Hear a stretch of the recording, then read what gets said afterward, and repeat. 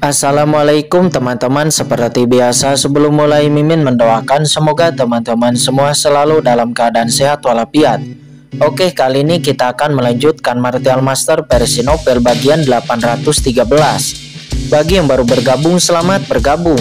Dan bagi yang belum subscribe dulu lah agar Mimin tambah semangat lagi nih bikin videonya. Oke, kalau sudah kita langsung masuk ke isi ceritanya.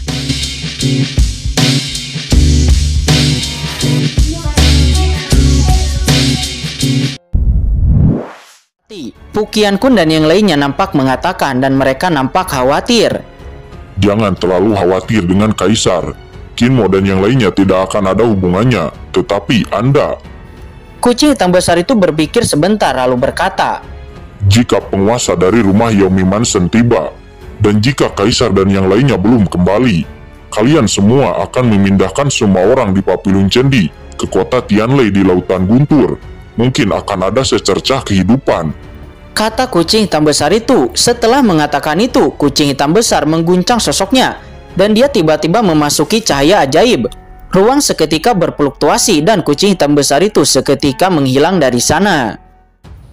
Ayo, pergi. Apa yang bisa kita lakukan sekarang adalah meningkatkan kekuatan kita secepat mungkin, dan kemudian akan ada pertarungan sampai mati. Qian Kun dan yang lainnya melihat kucing hitam besar itu telah menghilang. Lalu mereka berbalik dan pergi. Mereka harus bersiap sekarang. Jika kucing hitam besar itu belum kembali, itu akan menjadi bencana bagi benua Tianwu. Pada saat itu mereka akan mengirim semua orang dari Papillon Cendi ke kota Tianlei di dekat Lautan Guntur.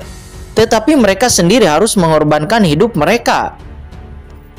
Pada saat yang sama ketika Qian Kun dan yang lainnya pergi, pemandangan tirai cahaya ajaib di langit melintasi benua Tianwu. Itu juga mengejutkan semua ahli teratas yang ada di seluruh benua Tianwu. Apa itu? Banyak master alam suci telah lahir di benua Tianwu, di lapisan ketiga alam bela diri, di Gunung Pedang. Master Sekte Pedang Penghancur sudah menjadi master alam suci. Dia menatap tirai langit cahaya ajaib mengungkapkan keterkejutan. Aura magis yang kuat itu membuatnya merasakan penindasan yang kuat di ranah malam suci. Di atas gerbang gunung Sekte Pedang Penghancur, nampak ada juga banyak master pedang nampak berdiri dan melihat ke langit dengan kaget. Kelompok master ini masing-masing dengan aura yang luar biasa, dan ada puluhan master di ranah Martial Emperor. Setelah sumber asli benua Tianwu dipulihkan, energi suci di seluruh benua Tianwu juga dipulihkan. Meski hanya dalam waktu singkat, lebih dari 2 tahun, pria yang lebih kuat telah lahir daripada mereka yang lahir dalam ribuan tahun dalam sejarah, dan mereka mulai bersinar dengan zaman kejayaan. Meskipun Sekte Pedang Penghancur ini memiliki 2 master di ranah alam suci, di domain bela diri, itu bukanlah kekuatan sekte yang teratas. Itu hanya dapat dianggap sebagai kekuatan sekte pertengahan. Master sekte, apa sebenarnya tirai langit hitam itu? Mengapa aura cahaya sihir yang begitu kuat yang dilepaskannya? Apakah itu karena orang-orang dari ras iblis alien telah kembali? Sungguh aura cahaya ajaib yang menakutkan. Melihat ke arah kemunculannya, sepertinya itu ada di tanah terlarang. Apa yang terjadi di tanah terlarang? Mungkinkah ada ahli surgawi lain di tanah terlarang? Banyak master dari Sekte Pedang Penghancur semuanya berspekulasi menunjukkan ekspresi terkejut. Boom! Pada saat ini, dari Sekte Pedang Penghancur, seorang master terbang lagi. Ini adalah seorang lelaki tua dengan aura yang luar biasa. Ternyata itu adalah master di ranah alam suci. Dan kemudian dia langsung jatuh dan muncul di depan semua master dari Sekte Pedang Penghancur. Orang ini adalah leluhur tertinggi dari Sekte Pedang Penghancur. Apa kekuatan ini terlalu kuat? Mungkinkah orang-orang dari Papillon Cendi telah menemukan sesuatu yang bertentangan dengan langit di tanah terlarang? Begitu leluhur ini muncul, dia berkata dengan suara yang dalam. Faktanya tidak hanya orang-orang dari Sekte Pedang Penghancur, tetapi seluruh domain bela diri, dan bahkan 4 domain yang lebih rendah. Semua master top juga melihat tirai cahaya ajaib ini, dan mereka semua melihat ke langit dengan kaget. Tepat ketika semua orang diam-diam menebak, ketika mereka tidak tahu mengapa, suara nyaring langsung menyebar ke setiap sudut seluruh benua Tianwu. Dengarkan semua seniman bela diri yang ada di benua Tianwu. lelaki tua ini dari Papilun Candi, Pu Qiankun, pemimpin Tanah Suci Darah. Tirai cahaya ajaib yang sekarang muncul di atas benua Tianwu adalah kekuatan cahaya ajaib yang keluar dari gua ajaib di Tanah Telarang. Itu berisi kekuatan luar angkasa dan kekuatan sihir yang luar biasa yang mengarah ke tanah ras iblis tertentu. Semua penguasa alam suci di benua Tianwu, jangan gegabah menyentuh tirai cahaya ajaib ini, karena jika tidak Anda pasti akan mati di tempat. Raungan gemuruh bergema di setiap sudut benua Tianwu dan juga dengan jelas menyebar ke telinga setiap master alam suci. Setelah Perang Dunia Pertama, Papilun Candi menggunakan lebih dari 2 tahun untuk menyiapkan total 1,08 juta formasi komunikasi di benua Tianwu yang dapat memastikan bahwa berita tersebut tersebar ke setiap benua dalam waktu yang singkat. Mendengar kata-kata Pu Qiankun, banyak ahli di benua Tianwu terkejut dan banyak bicara. Sebuah lorong misterius menuju tanah ras iblis sudah cukup untuk membuat siapapun ingin mendapat masalah. Tetapi karena kepercayaan kepada Papilun Candi, banyak master alam suci juga menghilangkan godaan. Tempat ras iblis yang luar biasa. Papilun Candi ini telah menempati Tanah Telarang yang sekarang dikenal sebagai penguasa benua Tianwu. Menurut lelaki tua ini, tirai cahaya ajaib ini jelas merupakan napas kuat yang dikeluarkan oleh beberapa harta karun teratas dari ras iblis. Papilun Candi hanya saja tidak ingin kita menjarahnya, kata leluhur sekte pedang penghancur itu. Nampak dia mencibir. Saya ingin melihat apa sebenarnya tirai cahaya ajaib itu. Setelah mengatakan itu, leluhur sekte pedang penghancur itu langsung naik ke langit. Leluhur berhenti. Ekspresi master sekte pedang penghancur nampak berubah dan dia buru-buru mencoba menghentikannya. Tak seorang pun di benua Tianwu berani memberontak melawan perintah Papilun Candi. Selain itu, master sekte pedang penghancur merasa bahwa tirai ajaib itu agak aneh dan dia percaya bahwa Papilun Candi tidak berbohong. Tetapi leluhur dari sekte pedang penghancur itu tidak percaya kepada Papilun Candi. Dia mengabaikan halangan dari master sekte pedang penghancur dan dia langsung datang ke tirai cahaya di langit. Saat dia mendekat, kekuatan pemanggilan misterius mulai datang. Itu panggilan surga, kata leluhur dari sekte pedang penghancur itu. Wajahnya nampak menunjukkan ekstasi. Meskipun dia bukan anggota ras iblis, bagaimanapun juga dia adalah penguasa di ranah alam suci.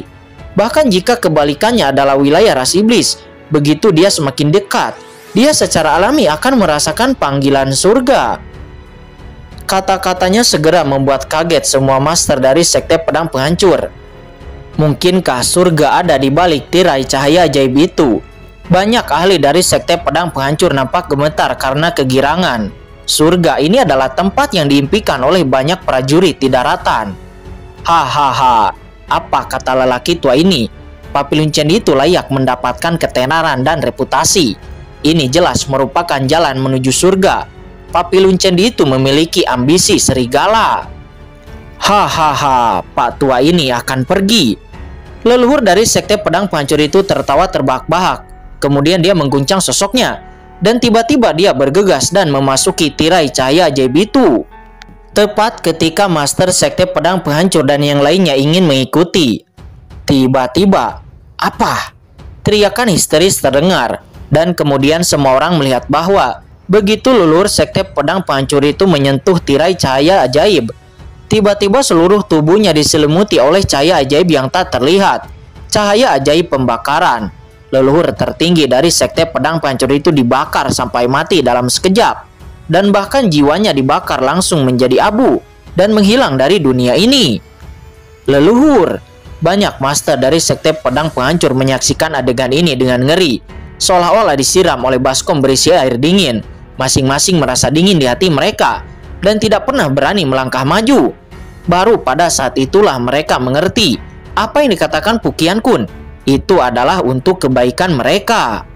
Tidak hanya sekte pedang penghancur, tetapi di seluruh benua Tianwu banyak pakar di ranah alam suci yang sebelumnya sedikit skeptis sekarang mempercayai kata-kata Pu Qiankun. Tirai cahaya ajaib ini memang panggilan iblis surgawi, tetapi itu bukan sesuatu yang bisa dilewati oleh master di ranah alam suci biasa. Selama terkontaminasi dengan jejak cahaya ajaib, ia akan mati di tempat. kecuali dia dapat menahan cahaya ajaib itu, atau dirinya sendiri adalah master iblis. Jika tidak ada yang bisa lewat. Scene berpindah saat ini di luar rawa kematian hitam. Di tanah 100 dinasti nampak ada pegunungan yang tandus. Di pegunungan yang tandus ini nampak sangat tenang, tetapi hanya sedikit orang di sana.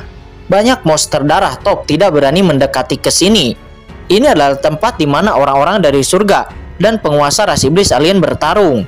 Meski sudah lama, lebih dari 2 tahun berlalu, tetapi masih ada jejak napas di sini. Selama lebih dari 2 tahun, tidak ada monster darah yang berani masuk ke tempat ini. Gemuruh. Tetapi pada saat ini, pegunungan yang tandus ini benar-benar mengeluarkan suara gemuruh yang dahsyat. Sebuah celah besar tiba-tiba retak di pegunungan, dan celah itu berubah menjadi jurang, seolah-olah mengarah ke bawah tanah yang tak berujung. Dan di bawah tanah, energi sihir tak terbatas melonjak, seperti aliran api yang menyala dan naik. Sudah berapa lama kursi ini tertidur? Kekuatan macam apa ini? Mengapa kursi ini merasakan suasana pemanggilan yang kuat? Energi iblis yang begitu kuat, ada apa ini? Ledakan. Nampak di bawah tanah api sihir hitam tak berujung meledak, dan monster darah yang penuh dengan api naik ke langit. Monster darah ini seperti tikus naga tanah dengan sisik. Tetapi tubuh tikus naga tanah ini terbakar dengan api sihir gelap. Aura magis yang mengerikan yang keluar dari tubuh tikus naga tanah. Hewan darah suci dan tikus naga tanah tetapi memiliki aura ras iblis alien. Ini persis seperti Raja Iblis Api Merah yang telah dipenggal oleh guru surgawi berambut hijau untuk menyelamatkan Molly. Dia telah tinggal di tubuh tikus naga tanah ini setelah kelahiran kembali dengan menggunakan seni iblis api merah dan tidur selama 2 tahun. Dalam 2 tahun terakhir, itu tidak hanya pulih ke basis kultivasi alam suci, tetapi seni iblis api merah juga menjadi semakin kuat. Itu telah langsung memasuki ranah puncak surgawi. Jika tidak dibangunkan oleh kekuatan misterius ini, dia bahkan akan masih tertidur. Raja Iblis Api Merah melihat tirai langit cahaya ajaib di langit dengan kaget. Di sekitarnya nampak tersebar. Itu adalah pecahan botol setan penelan langit. Mengelilinginya satu demi satu, membentuk baju besi di tubuhnya, dan kemudian langsung naik ke langit. Dan dia langsung bergegas ke arah tirai cahaya ajaib itu. Sangat nyaman. Raja Iblis Api Merah hanya merasa seolah-olah dia berkeliaran di tempatnya. Penuh kehangatan. Kekuatan ras iblis dituangkan ke dalam tubuhnya. Tidak hanya dengan cepat mengubah tubuhnya, tetapi juga menyebabkan napasnya meroket. Tiba-tiba dia melangkah ke ranah suci bumi. Di bawah kekuatan ini, aura ruang di sekitar iblis api merah tiba-tiba menyala. Dan kemudian, setelah melihat ruang itu, ada dunia monster yang luas.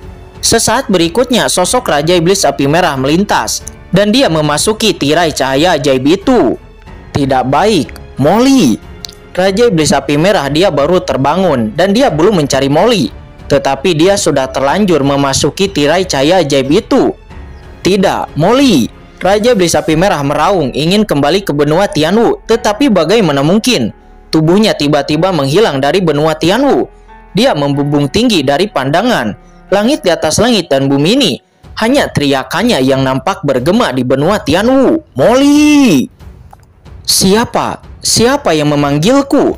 Di istana bawah tanah yang misterius di rawa kematian hitam, sosok yang tampaknya telah tidur selama ribuan tahun, tertutup debu, saat ini tiba-tiba bergerak dan tiba-tiba dia terbangun oleh teriakan itu.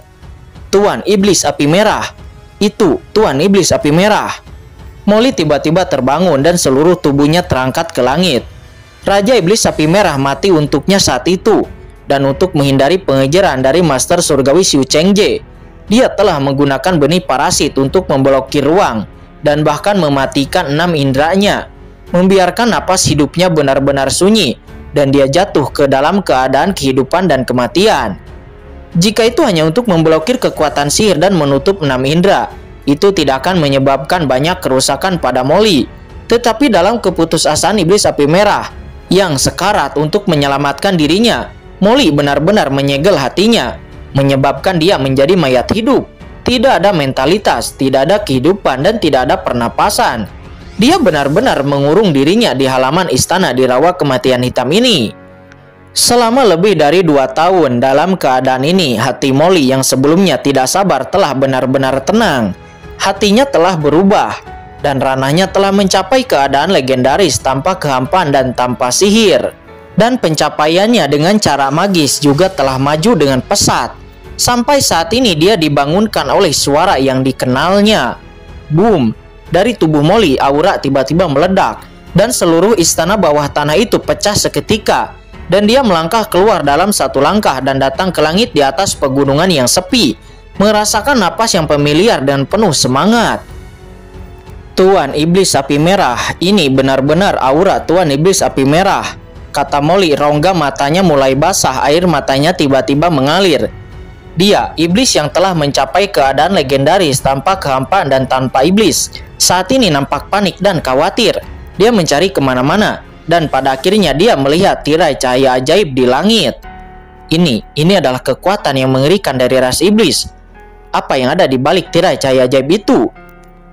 Tuan Iblis Api Merah, apakah dia telah memasuki tirai cahaya ajaib ini? Kata Molly, tubuhnya bersemangat. Dia tidak pernah membayangkan bahwa Raja Iblis Api Merah masih hidup. Meskipun dia tidak tahu mengapa Raja Iblis Api Merah tidak mencarinya selama lebih dari 2 tahun ini, tetapi dia tahu betul bahwa Raja Iblis Api Merah tidak akan pernah melupakannya, juga tidak akan melupakan 2 hari yang tersisa. Tuan Iblis Api Merah, tunggu aku, kata Molly. Dia melonjak ke langit dan melangkah ke tirai cahaya ajaib itu. Tiba-tiba cahaya ajaib yang tak terbatas mulai menyatu ke dalam tubuhnya. Dan saat berikutnya, Molly menghilang secara langsung. Dia telah memasuki saluran dan tiba-tiba menghilang dari sana.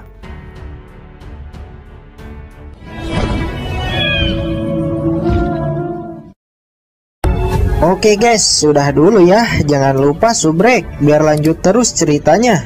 Bagi yang sudah subrek, mudah-mudahan dimudahkan rezekinya.